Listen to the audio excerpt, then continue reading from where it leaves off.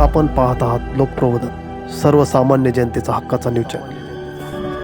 बागलाण तालुक्यातील राहुड शिवारातील गट क्रमांक 52 येथील शेतकरी गुलाब केशव निकम वय 58 यांनी आर्थिक विवंचनेतून टोकाचे पाऊल उचलल्याची दुर्दैवी घटना समोर आली। यांनी कर्जाला कंटाळून गळफास घेतला। त्यांच्या पश्चात 3 मुलं, पत्नी, मुलांना रोजगार नाही। परत आमचे कोरडवाहू अभियानमध्ये आमचं राऊड गाव घेतलं होतं। तर आज बी पिण्याच्या पाण्याचा प्रश्न आहे, कारण विहिरींना पाणी नाही। त्याचे कर्ज, होम लोन, वैयक्तिक कर्ज अशी शेतकऱ्यांवर जर अशी आपत्ती आली तर शेतकऱ्यांनी जीवन संपण्याची वेळ आलेली आहे। त्यांनी कसं जीवन जगावं?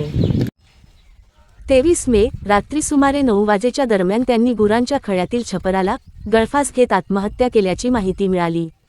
त्यांच्यावर अंदाजे 3,50,000चे पीक कर्ज, 5 लाखांचे होम लोन तसेच इतर घेतलेली 2.5 ते 3 लाखांची उसनवारी। निकम कुटुंबाकडे 3.5 एकर बागायती शेती असूनही आर्थिक अडचणी कायम होत्या। 9 वाजता सुसाईड केलं कर्जाला, आणि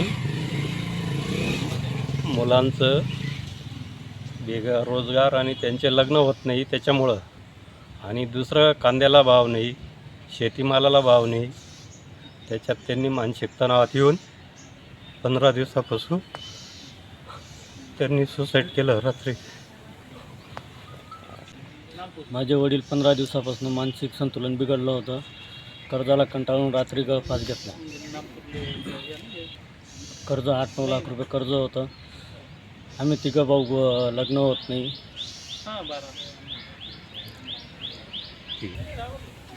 आम्ही 3 भाऊ बेरोजगार आहेत। मुलांचे विवाह होत नसल्याची चिंता देखील त्यांना सतावत असल्याचे नातेवाईकांनी सांगितले।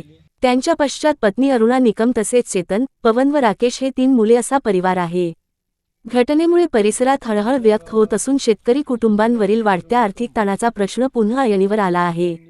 या कुटुंबाला प्रशासनाने आर्थिक मदत करावी अशी ग्रामस्थांची मागणी आहे। लोकप्रबोधन मराठी न्यूज नेटवर्क महाराष्ट्र, उपसंपादक वामन शिंदे, बागलाण।